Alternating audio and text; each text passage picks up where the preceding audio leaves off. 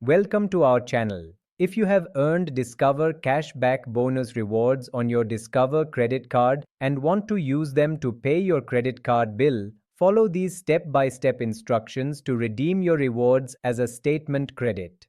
Step 1. Log in to your Discover account by visiting the Discover website or opening the Discover mobile app. Enter your username and password to access your credit card account. Step 2. Navigate to the rewards section from the main menu. This is where you can view your total cashback bonus balance and available redemption options. Step 3. Click on Redeem Rewards or use cashback to see all the ways you can use your rewards. Discover offers several redemption options including statement credit, direct deposit to a bank account, gift cards, and charitable donations. Step 4. Select statement credit as your redemption option.